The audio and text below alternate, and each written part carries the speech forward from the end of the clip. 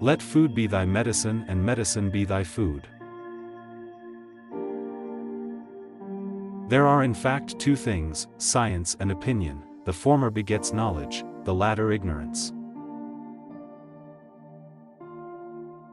Wherever the art of medicine is loved, there is also a love of humanity. As to diseases, make a habit of two things, to help, or at least, to do no harm. Ars longa, vita brevis, occaso praeseps, experimentum periculosum, iudicium difficile, life is short, the art long, opportunity fleeting, experiment dangerous, judgment difficult.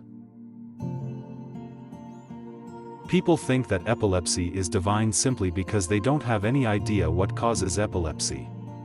But I believe that someday we will understand what causes epilepsy, and at that moment, we will cease to believe that it's divine. And so it is with everything in the universe. Life is short, art long, opportunity fleeting, experience treacherous, judgment difficult. It is far more important to know what person the disease has than what disease the person has. If you are in a bad mood, go for a walk. If you are still in a bad mood, go for another walk. The natural healing force within each of us is the greatest force in getting well.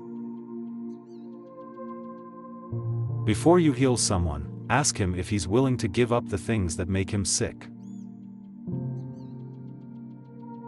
A wise man should consider that health is the greatest of human blessings, and learn how by his own thought to derive benefit from his illnesses. Healing is a matter of time, but it is sometimes also a matter of opportunity. The art is long, life is short, opportunity fleeting, experiment dangerous, judgment difficult.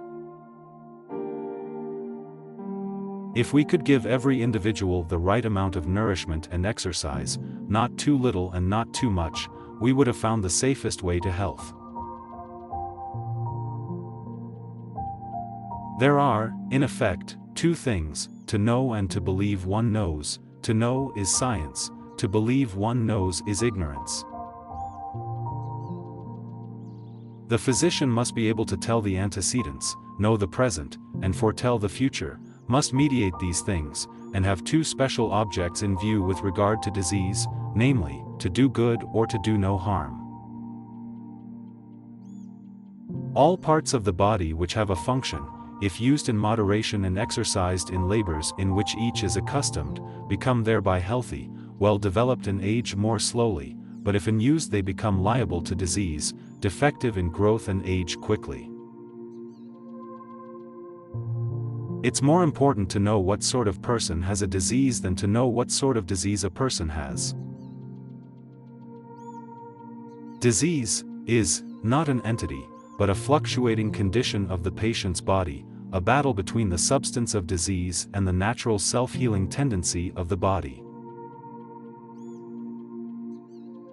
It's more important to know what sort of person has a disease than to know what sort of disease a person has.